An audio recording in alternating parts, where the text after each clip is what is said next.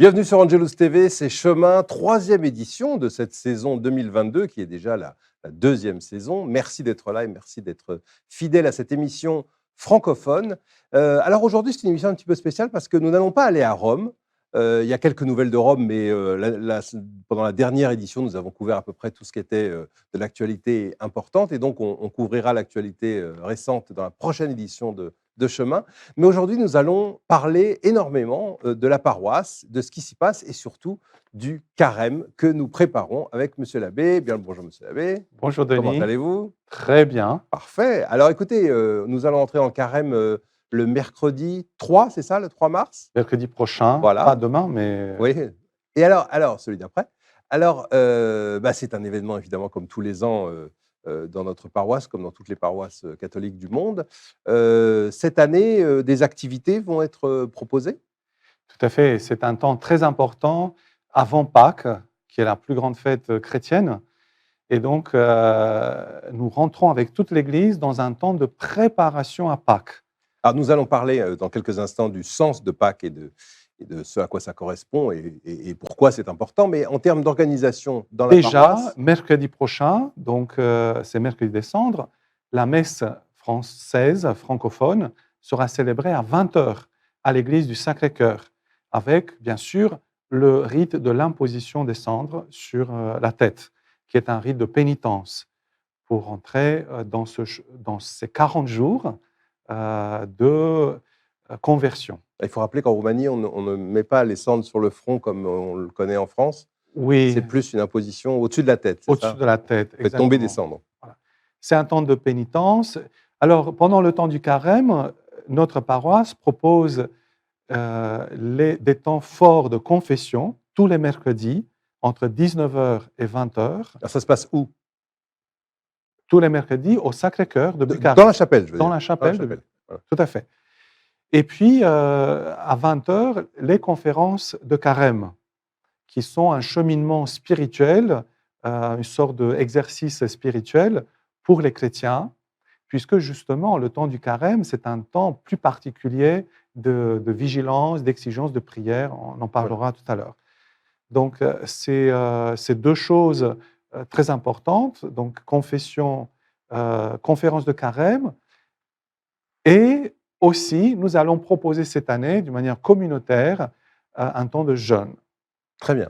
Alors, nous parlerons dans une édition ultérieure de Chemin, nous parlerons de la Semaine Sainte, du Triduum Pascal et de Pâques lui-même. Mais nous allons nous concentrer cette fois-ci sur le carême en lui-même. Et on va, si vous le voulez bien, évoquer le sens du carême. Alors d'abord, vous parliez tout à l'heure du mercredi des cendres. Voilà. Alors, qu'est-ce que c'est que le mercredi des cendres? C'est l'entrée dans le carême. Pour l'Église catholique, c'est vraiment le jour où on rentre dans le temps du carême, quadragesima, c'est-à-dire 40 jours de pénitence, de conversion, d'exigence spirituelle pour se tourner vers notre Père qui est aux cieux. Et ce nombre de 40 n'est pas choisi par hasard. Voilà, c'est en pensant aux 40 années que le peuple élu, le peuple hébreu, a passé dans le désert après la libération que Moïse a fait d'Égypte. Donc 40 années de conversion, d'écoute de la parole de Dieu. On pense aussi, l'Église pense aux 40 jours dans le désert que Jésus a passé au début de sa vie apostolique. 40 jours de jeûne, il n'a rien mangé, il s'est entretenu dans la prière avec les anges et il a été tenté par le démon en nous apprenant à nous aussi à répondre aux tentations comme il a fait lui-même. Alors, le sens du mercredi des cendres, les cendres, quel est le sens exact de ce geste? On se rappelle que nous sommes poussière, que nous avons été créés par Dieu à partir de rien et que notre vie ici sur Terre, c'est un pèlerinage. C'est-à-dire, elle finira, nous allons tous mourir un jour, notre corps va devenir poussière de nouveau, alors que notre âme spirituelle, qui est immortelle, elle est immortelle, notre âme, elle va aller vers Dieu dans l'attente de la résurrection de notre corps qui va être opérée par Dieu Tout-Puissant à la fin des temps. Alors, nous recevons ce geste de pénitence, d'humilité, nous recevons sur notre tête de la poussière, c'est-à-dire les cendres. Il faut rappeler d'où elles proviennent, ces cendres. Voilà, on fait brûler le buis qu'on a béni le jour Des le rameaux jour des rameaux de l'année d'avant. de l'année de l'Avent et que nous avons gardé tous dans nos maisons, euh, accrochés à notre croix, à la croix qui, normalement, elle doit être présente, le crucifix doit être présent dans la maison de chaque chrétien et qui montre que nous sommes chrétiens.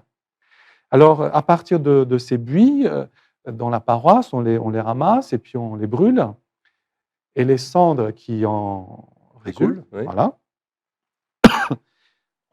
le prêtre va imposer sur la tête des chrétiens qui reçoivent dans un geste d'humilité, donc on s'abaisse, voilà, et on reconnaît ainsi devant le Seigneur que nous sommes poussière, que nous sommes pécheurs, et donc que nous avons besoin de son aide, de sa grâce pour devenir ses enfants bien-aimés, pour continuer notre pèlerinage ici sur terre. Dans l'idéal, un chrétien qui fait carême correctement, comment sort-il du carême à la fin? Qu'est-ce qu'il aura en quoi sera-t-il changé? Alors, toute notre vie chrétienne, c'est une conversion perpétuelle. Mais l'Église, dans sa sagesse, d'une manière très pédagogique, nous propose ce temps de carême pour être un petit peu plus vigilant. Et donc, tourner notre vie non plus vers les choses de ce monde, un monde qui passe, mais vers les choses du ciel, c'est-à-dire vers le mystère de la très sainte Trinité. Et cela implique un effort. C'est pour ça qu'on dit, vous l'avez bien dit, faire carême. Il s'agit de faire des choses, voilà. Mais le carême ne se réduit pas à des choses Concrète? concrètes qui n'ont pas d'esprit. Justement, Oui, ce n'est pas qu'une praxis, c'est aussi un ce n'est pas sens. juste une Oui, pratique oui. dénuée de sens, dénuée d'un esprit, et notamment dans l'évangile de mercredi des cendres, et puis après tous les dimanches, Jésus nous donne le sens de cette intériorité. Nous sommes appelés à rentrer en nous-mêmes pour découvrir l'œuvre de la grâce, pour découvrir que notre âme, elle se nourrit non pas des choses de ce monde, mais de l'amour de Dieu. Donc ça vient de l'intérieur. C'est pour cela que le carême, c'est aussi un temps de sobriété. On ne fait pas la fête pendant le carême. On fait la fête juste avant, Voilà, Mardi Gras, le mardi gras, voilà, le fameux. qui est le mardi et qui est la veille du mercredi des cendres. Donc. Voilà. Mais pendant le carême, on essaye d'être plus sobre, c'est-à-dire plus centré sur les choses de l'âme, du cœur. Ne pas s'éparpiller à droite et à gauche comme on le fait malheureusement durant l'année. Et donc, c'est un temps d'exercice spirituel où on se concentre davantage sur la vie de la grâce. J'ai dit qu'on rentre dans le carême par l'humilité. Voilà, c'est le but de la célébration du mercredi des cendres. L'humilité. Réapprendre que nous sommes une petite créature de Dieu, que nous ne sommes pas Dieu. Ce n'est pas nous qui sommes les maîtres de notre vie, mais c'est Dieu lui-même. Et c'est important, cela, ça a l'air de rien, mais c'est important de se rappeler cela de temps en temps. Et puis, après, il s'agit que notre vie de prière, intérieure, se réalise de manière concrète par des actes, ce qu'on appelle faire carême.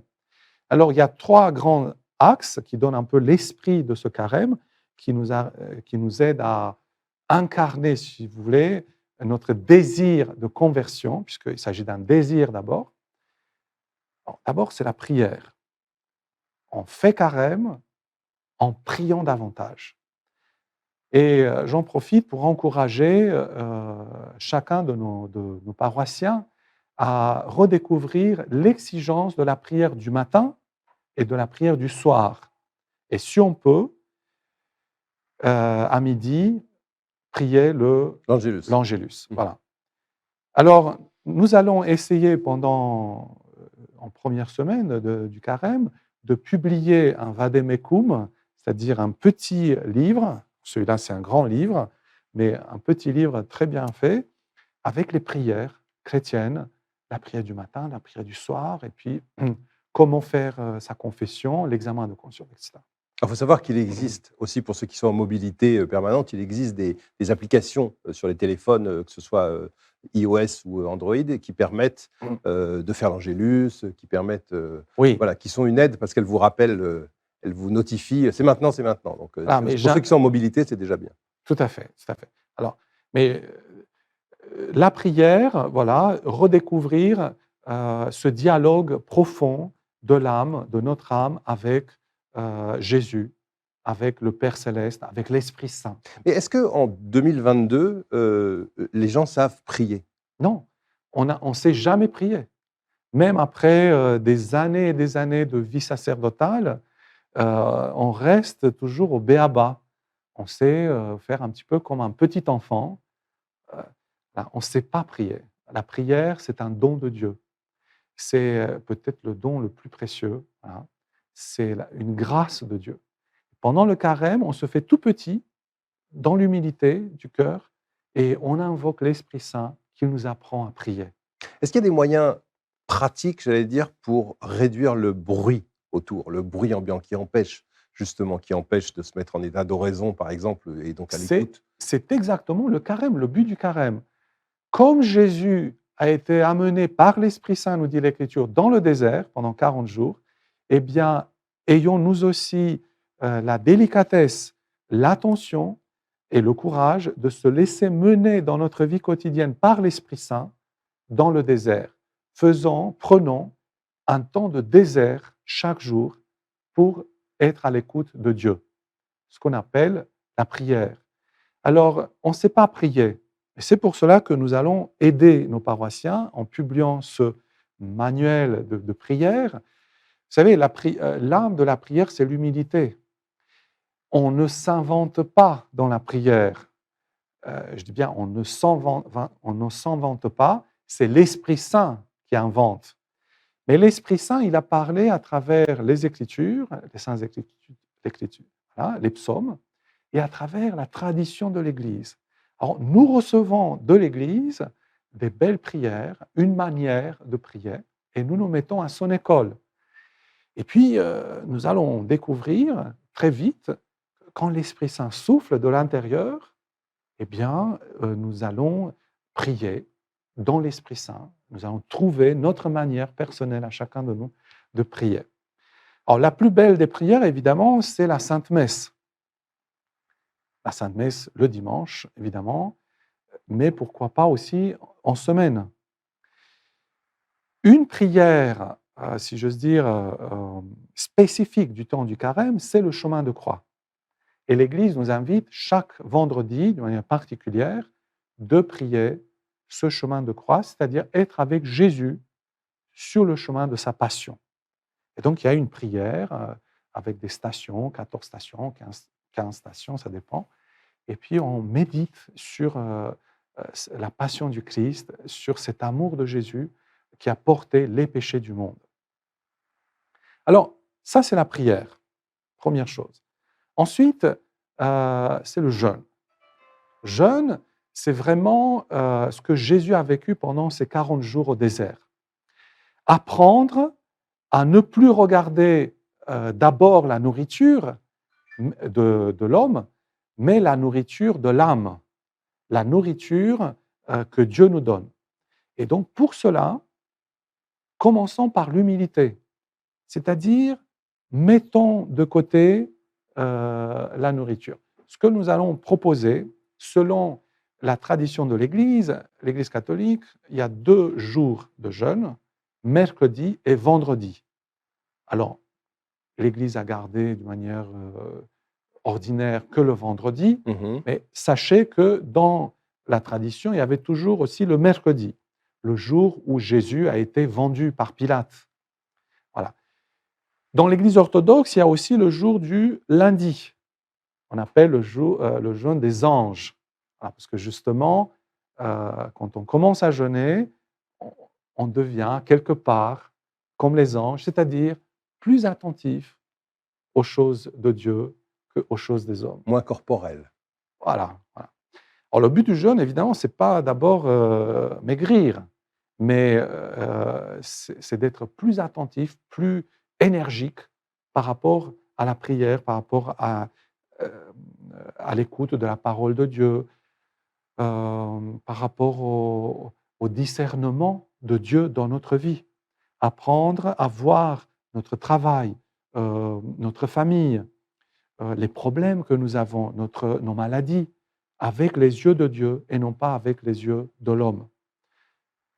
Donc, le jeûne, nous proposerons pour notre paroisse, le mercredi et le vendredi, faire un jeûne à la byzantine, c'est-à-dire ne plus manger des choses animales, mais des choses végétales.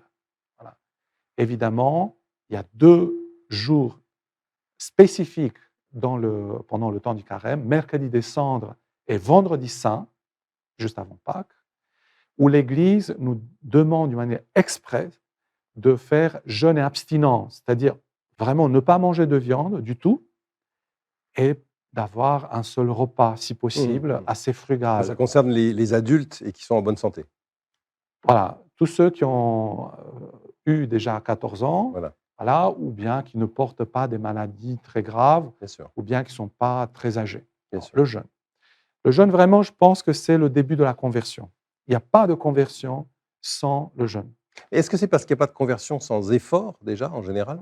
évidemment. Quand on se convertit, c'est-à-dire on se tourne vers la source de la lumière, vers l'Orient, c'est-à-dire vers Jésus.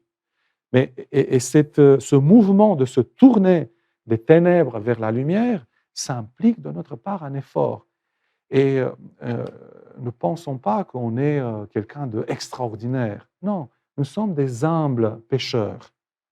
Et donc, faisons des choses, commençons par faire des choses très humbles, comme par exemple un- une petite attention plus percutante, plus forte sur la nourriture. Et donc, c'est déjà un effort de revoir notre cuisine, ne plus manger ce qu'on trouve. Voilà, refaire notre menu. Hein, j'invite tous les mamans, voilà, mercredi et vendredi, à faire un effort pour la famille, de proposer un repas peut-être plus végétal et de faire une prière avant le repas et après le repas. Est-ce que le mot, de mortification, c'est un gros mot? Aujourd'hui, dans la culture Séculaire, séculaire, sécularisée, oui, c'est sûr. mais dans la C'est réalité, très ironique. dans la réalité religieuse? Dans la réalité religieuse, c'est un mot qui a du sens, puisque Jésus-Christ est mort. Ça vient de là, la mortification, est mort réellement sur la croix. Et c'est pour cela qu'on dit qu'il est ressuscité réellement. Ce n'est pas un conte de fées.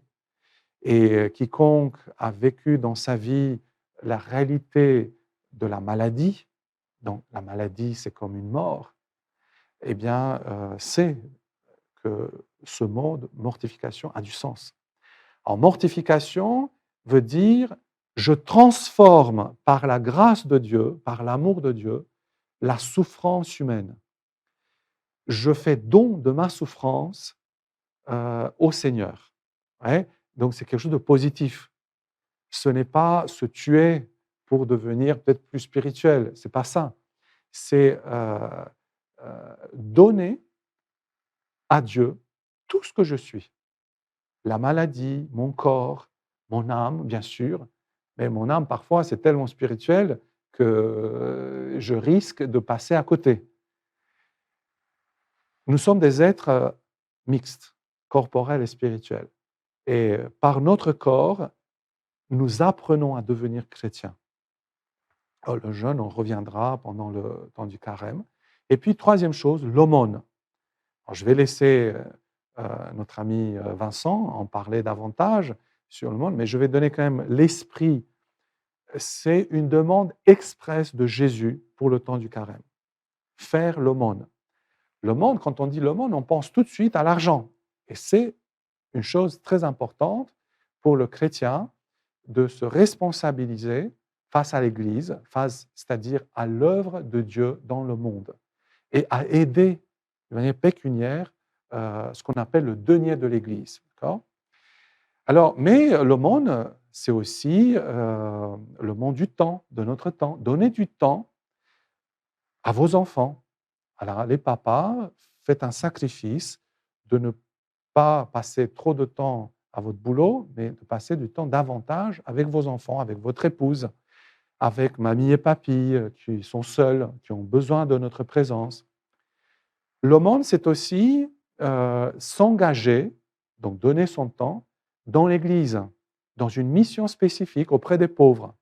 Hein, on donne gratuitement. Alors, sainte Thérèse de Lisieux disait que tant qu'on n'a pas tout donné, on n'a rien donné. Exact. Donc, c'est très exigeant, l'aumône. C'est Jésus qui est notre modèle dans l'aumône. Où l'idée n'est pas de donner le superflu. L'idée, ce n'est pas. Voilà.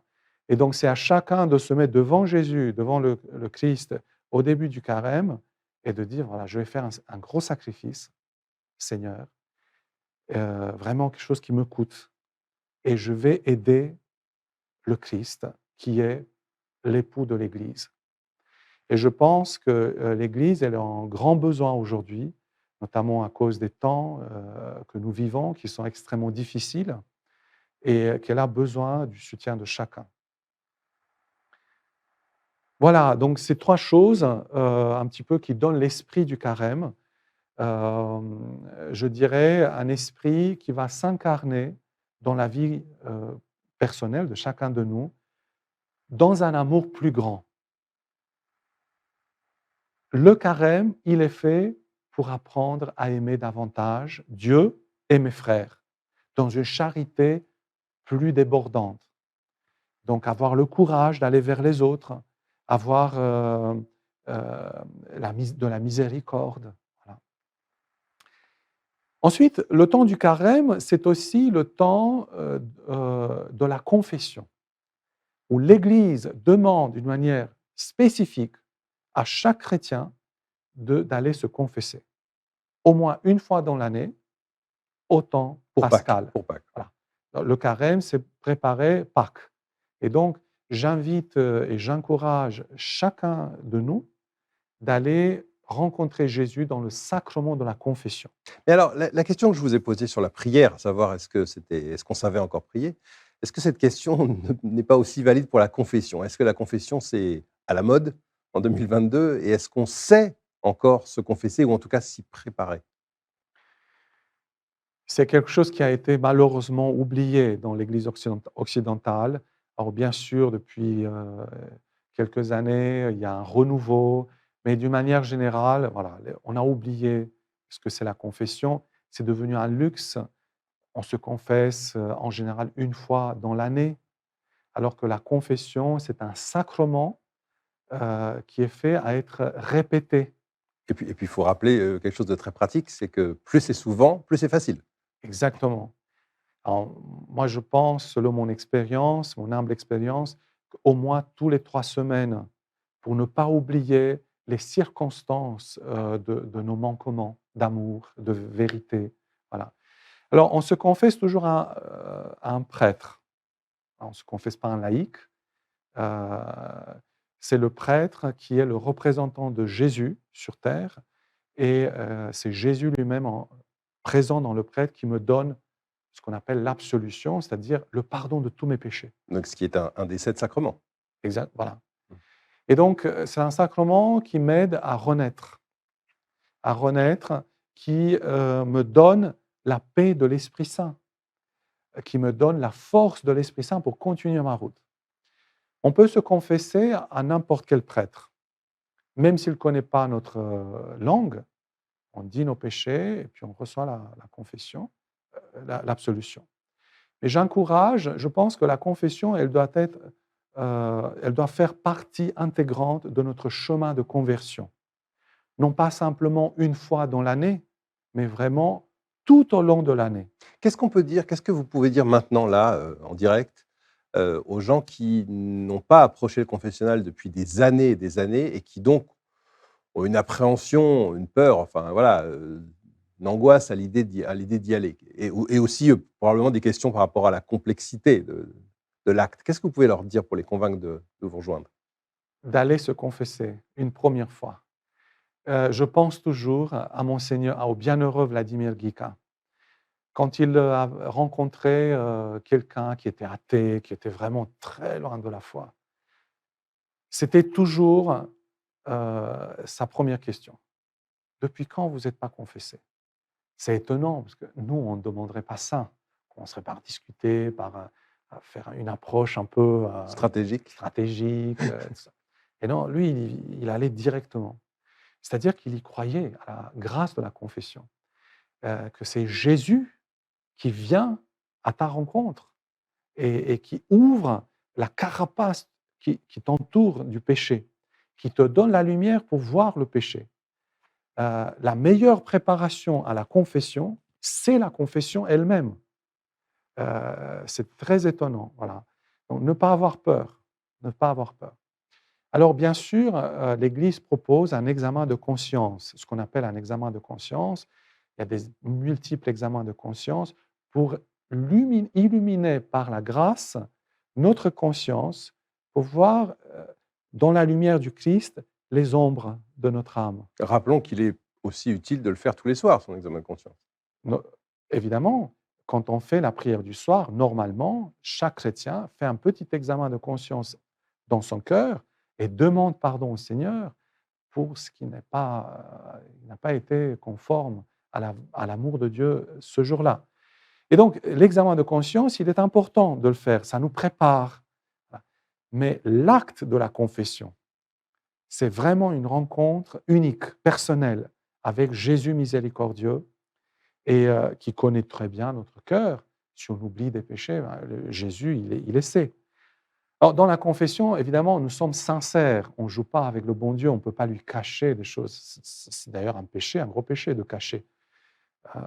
Et on dit tout, puisque tous les péchés, elles peuvent être pardonnés par Dieu. Et le prêtre donne le pardon de toujours. Il ne peut pas dire non, non, non, pour celui-là, je ne vais pas te pardonner, c'est trop grave. Non, non.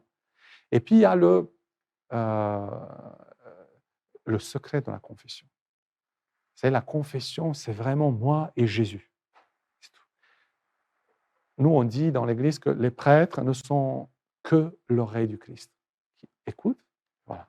Jésus donne l'absolution. Et puis, j'ai entendu un prêtre récemment dire à des gens qui avaient peur d'aller se confesser, il leur a dit, mais rassurez-vous, vous n'êtes probablement pas très originaux et vos péchés sont ceux de tous les autres que j'entends tous les jours. Donc Voilà. voilà, il ne faut pas avoir peur. On n'est pas original dans nos péchés. Voilà, voilà. Alors, je pense qu'un grand moyen, qui est plus qu'un moyen de prendre le chemin de la confession, c'est de faire ce chemin à deux. C'est-à-dire toi et ton père spirituel. Le père spirituel, c'est un grand inconnu dans l'Église, malheureusement. C'est devenu un grand inconnu. On se méfie de plus en plus de la figure du prêtre, alors que c'est un don de Dieu pour le chrétien. Il faut redécouvrir la force et l'importance du don de Dieu dans ma vie. Et donc, chacun choisit librement un père spirituel, c'est-à-dire un prêtre avec qui je vais faire mon chemin de foi ici sur terre. Qu'on peut appeler aussi directeur de conscience. On peut l'appeler directeur de conscience. Perspi. Voilà, perspi. Alors, ce n'est pas un gourou, ce n'est pas quelqu'un qui sait tout, qui a la science infuse, mais c'est un pauvre pécheur comme moi, mais qui a reçu un don extraordinaire de la part de Dieu, être prêtre. C'est-à-dire une grâce particulière pour, comme tu vous disiez, diriger la conscience, donner le pardon de Dieu et donc libérer notre conscience pour qu'elle voie comme Dieu voit. Voilà. Et donc, choisir un père spirituel me semble vraiment d'urgence aujourd'hui. Et on peut choisir le prêtre que nous voulons. Oui, puis Après, les moyens modernes font qu'on peut le choisir à l'autre bout du monde. Si on... voilà. Et le père spirituel, il est lié à la confession. C'est important cela. Mhm. Bien entendu, je peux me confesser à n'importe quel prêtre. Donc, si je ne peux pas avoir mon père spirituel, je vais aller me confesser d'urgence à quelqu'un d'autre. Mais d'une manière habituelle, ce chemin, je vais le faire à deux, avec un père spirituel, qui est le gardien de mon cœur. Donc, il prie d'une manière particulière. Il y a une relation personnelle avec le père Mhm. spirituel. Mhm. Il prie pour moi et je prie, je le porte dans ma prière. Et peut-être que c'est une urgence évangélique pour l'Église d'aujourd'hui. Très belle conclusion. Merci beaucoup, Monsieur l'abbé. Je vous souhaite une très belle entrée en carême. Nous nous reverrons pendant le carême pour Chemin, pour une édition de Chemin, et nous évoquerons la préparation de la Semaine Sainte, du Triduum Pascal et de la fête de la Résurrection, la nuit, le matin, etc. Voilà, un très bon carême à vous tous en paroisse. Et maintenant, nous allons justement parler plus en détail de la partie don, la partie aumône, avec Vincent Briot.